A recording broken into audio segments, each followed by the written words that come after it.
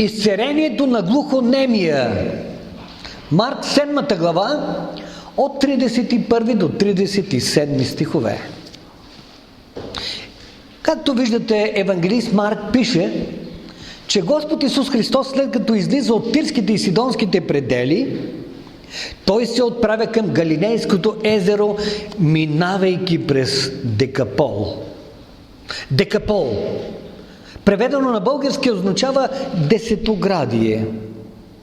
Това била една област, населявана предимно от елинско население с гръцко самосъзнание. С една дума там живеели неевреи, езичници. Но именно там Исус проповядва вестта за Божието царство и извършва множество чудеса. И по този начин той показва на практика, че езичниците не са изключени от Божия план за спасение. Че той не прави разлика между евреи и езичници. И че Христос проповядва вестта за Божието царство както на евреите, така и на езичниците. Но ако си спомняте, Спасителят вече е бил там, в Декапол, в пределите на Декапол. Именно там Господ Исус Христос освобождава, ако си спомняте, един обладан от бесове човек, като изпраща бесовете в едно стадо свине, което в последствие се издавя в морето, в езерото. Тогава хората го помолили да си тръгне от техните предели. И Исус си тръгва, но сега виждаме Исус да се връща отново там, в пределите на Декапол. А след него да вървят големи тълпи, множества, които водили със себе си нуждаещи се от изцеление хора. Куци, слепи, недъгави. И евангелист Марк описва едно такова изцеление, а именно на един глухоням човек. Навярно воден от своите близки или приятели.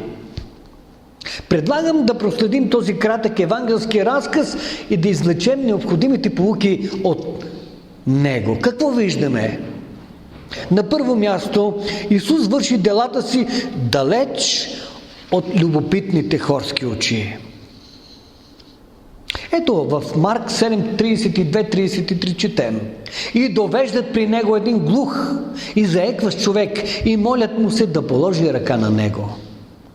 И забележете, Исус като го отведе от народа насаме, вложи пръстите си в ушите му. Спираме се именно на това изречение. Исус като го отведе от народа насаме. Исус отвежда глухонемия от народа насаме, далеч от хорските очи. Питаме се защо? Защо Исус не изцели глухонемия човек на място, там, сред народа, а го изведе насаме, далеч от хорските очи?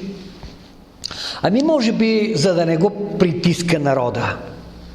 И за да може глухонемият да се чувства необезпокояван от никого. Защото хората от тълпата искали да се доверят до Исус и да се докоснат до Него, вярвайки, че така те ще получат своето изцеление. Било една блъсканица. Но Господ Исус Христос отвежда глухонемия човек насаме. И поради една друга причина.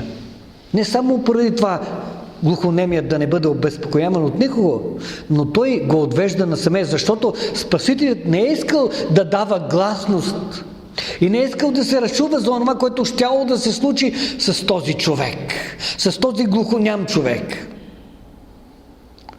Той искал това да остане тайно, да бъде скрито, дискретно да се извърши. Защото за разлика от религиозните водачи на Израел, за разлика от тях, Исус не е търсил показност. Той е вършил делата си тайно, дискретно и без да вдига много шум около себе си. И когато четем Евангелието, забелязваме, че много често Спасителят след изцеление казва на изцелените от него човеци да не казват на никого за случилото се, но да отидат и да се покажат на свещениците. Защо на свещениците? Защото според закона именно свещеника е трябвало да констатира даденото изцеление и да обяви болния за здрав. А нечистият, ако е бил нечист, прокажените по това време са считани за нечисти. И ако прокаженят е бил изцелен, той трябвало да се покаже на свещеника, за да може свещеника да констатира, че той вече не е нечист, а е чист. А има и нещо друго. Основното служение на Исус е било проповядването на Божието царство. Това е било неговото основно служение. А вършенето на чудеса са привличани големи тълпи от хора покрай него, които го следвали навсякъде по петите му, където и да отиде. Хората се тълпели, желайки да се докоснат до него. И по този начин те възпрепятствали неговата основна мисия, а именно прокламирането на Божието царство. И поради тази причина Господ Исус Христос вършил делата си тайно, далеч от хорските очи, за да не бъде възпрепятстван от хората. А има нещо друго, има и една друга причина Исус да върши делата си тайно, далеч от хорските очи. Защо? Защото по този начин Исус е имал лична среща с дадения човек. Насаме, очи в очи. И така Господ Исус Христос е създавал един по-близък контакт с нуждая се човек, като по този начин Божия дух от своя страна е създавал жива вяра в сърцето на грешника.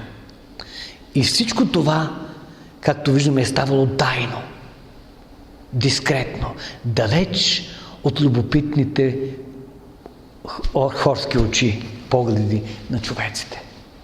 И ако продължим да четем по-нататък в същото това Евангелие, ще видим, че има подобен случай с един слепец, който Исус също го извежда извън селото. Четем за това в Марк 8:23. Така че характерното за Господ Исус Христос е, че Той е вършил делата си тайно и скромно, без много шум, но изцяло за прослава на Бога.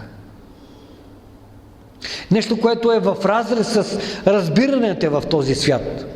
Днес хората искат всичко да бъде заснето, всичко да бъде документирано, да се разчуе по целия свят, че нещо добро се прави. Не амин, братко. Който желае зрелища, нека да отиде в цирка. Но Христос не е търсил подобни неща. А този свят, за жалост, желае зрелища и всичко да става по-късно придружено с бурни ръкопляскания. Но виждаме, че Господ Исус Христос не постъпва така. Той не търси известност, Той не търси показност. И не иска да попада под светлината на прожекторите, както много хора в този свят търсят точно това. Но върши всичко тайно и за Божия прослава. Питаме се, а ние като християни как вършим делата на вярата? Търсим ми показност, за да ни видят хората, или по примера на нашия Спасител се стремим да вършим всичко тайно за Божия прослава? Там в проповедта на планината Господ Исус Христос получава именно по този въпрос. Той говори на своите ученици, като казва: внимавайте да не вършите делата на правдата си пред човеците, за да ви виждат. Иначе няма да имате награда при Отца си, който е на небесата. И тъй, когато правиш милостиня, не тръби пред себе си, както правят лицемерите по синагогите и по улиците, за да бъдат хвалени от човеците. Истина ви казвам, те вече са получили своята награда. А когато ти правиш милостиня, нека лявата ти ръка не знае какво прави дясната, за да стане твоята милостиня в тайно и твоя Отец, който е в тайно, ще ти въздаде наяве. Така че, ето виждаме, Христос е вършил всичко това тайно. далеч от хорските очи, далеч от светлината на прожекторите. Той не е търсил показност, но е вършил делата си тайно, без да дига много шум около себе си. На второ място, Исус действа, освен че действа тайно и дискретно, той действа и нетрадиционно, нестандартно, не така както очакват хората. Ето вижте в Марк 7:32-33 какво четем там. И довеждат при него един глух и заекващ човек и молят му се да положи ръка на него. Нека да запомним това изречение. И Исус вложи в пръстите си в ушите му и като плюна, докосна се до езика му. Колко странно, може би ще каже някой от нас. А може би и самите очевидци да са останали изненадени от действията на Исус. Вместо да постъпи по традиционния начин и да положи ръка на болния, виждаме Христос да постъпи по един доста нетрадиционен, нестандартен дори, невиждан до този момент начин. Исус влага пръстите си в ушите на човека, плюва и се докосва до езика на глухонемия. И когато четем свещеното писание, виждаме, че полагането на ръка в Библията, това е библейска практика. Че не е нещо ново и хората очаквали от Исус да постъпи именно по този начин. И молят му се да положи ръка на него. Господи, положи на този човек ръка и той ще оздравее. А полагането на ръка е знак и израз на духовен дар. В случая изцелението на глухонемия. А несъмнено преди този случай Исус е полагал ръце на мнозина изцелявани от него. И затова хората са знаели, че Исус действа по този начин. И учениците му са били очевидци на всичко това. Друг път обаче чудото е ставало с изричането само на една дума от страна на Спасителя, без той да полага ръце на нуждаещия се. И нещо повече, има и такива случаи, когато Господ Исус Христос изобщо не се е намирал близост до нуждаещият се от изцеление човек. И въпреки това човека е бивал изцелен. Какъвто е случаят с слугата на стотника, описан там в Матей 8 глава. Той казва, стотника казва на Исус, когато отива: кажи само една дума и слугата ми ще оздравее. И в 13 стих от същата тази глава на Матей четем: тогава Исус рече на стотника: иди си, както си повярвал, така нека ти бъде. И слугата оздравя в същия час. Така че виждаме, че Господ Исус Христос не само е Господ отблизо, Той е Господ и отдалеч. За Него разстоянията или начинът, по който ще подходи в дадена ситуация, нямат никакво значение. Дали ще е с полагането на ръка, или ще е с изричането само на една дума, или точно по този странен начин, както Той постъпи тук, няма значение. Исус не работи по шаблон. Както го виждаме да постъпва и в конкретния случай с глухонемия човек.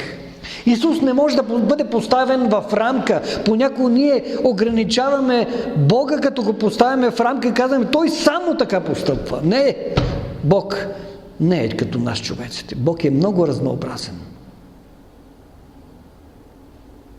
Полагането на ръце само по себе си няма никаква мистична сила в себе си. По-скоро то е знак за духовен дар, както на дарителя, така и на дарение. Тоест, онзи, който получава самото изцеление. На трето място виждаме Исус да говори, да изцелява с власт от небето. Ето това го виждаме в 34 и 35 стихове. И погледна към небето. Въздъхна и казва: Ефата, т.е. отвори се. И ушите му на часа се отвориха и връзката на езика му се развърза и той говореше чисто. Изрази и погледна към небето. Този израз ни подсказва, че чудото на изцелението идва от Бога. Но не само в този случай, но и на други места в Евангелието четем, че Исус, когато се моли, гледа към небето.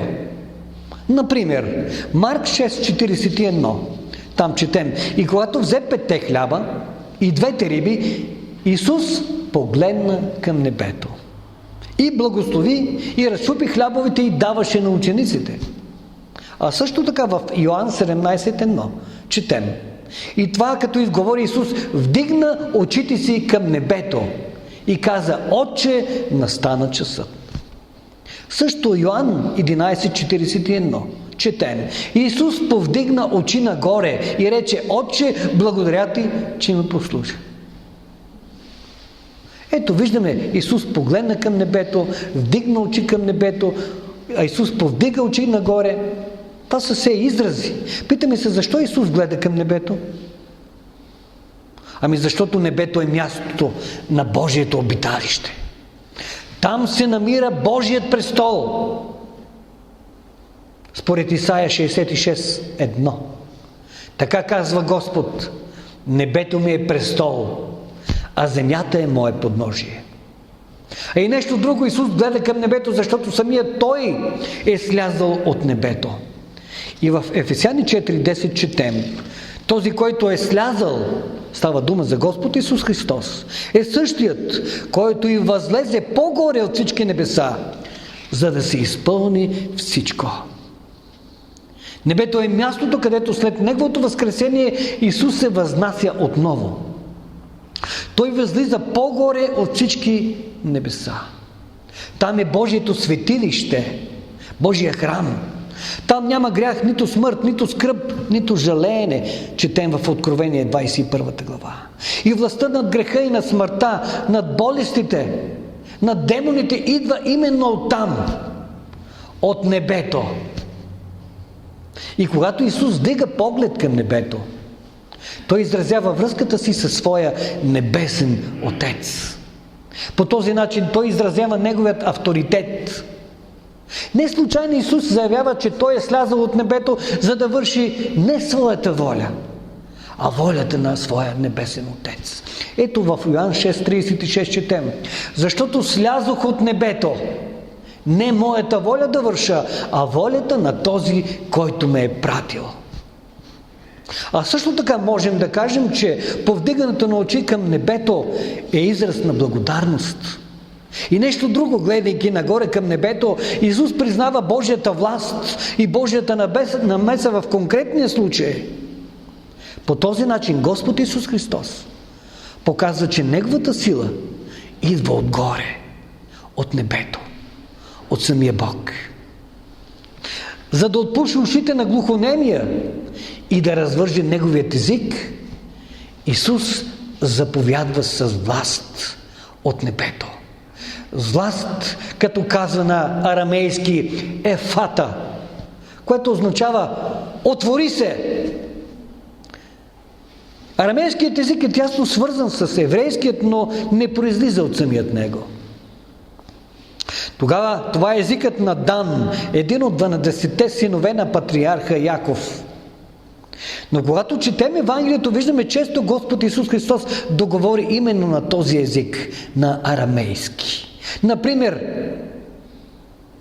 на кръста Той казва: Елои, Елои, лама савахтани, което значи Боже мой, защо си ме оставил? Той го казва на арамейски. Или пък, ако си спомняте един друг случай, когато Той възкреси едно мъртво момиче, Той казва: Талита куми, което значи: момиче, казвам ти, стани. И има много други арамейски изрази, които са записани.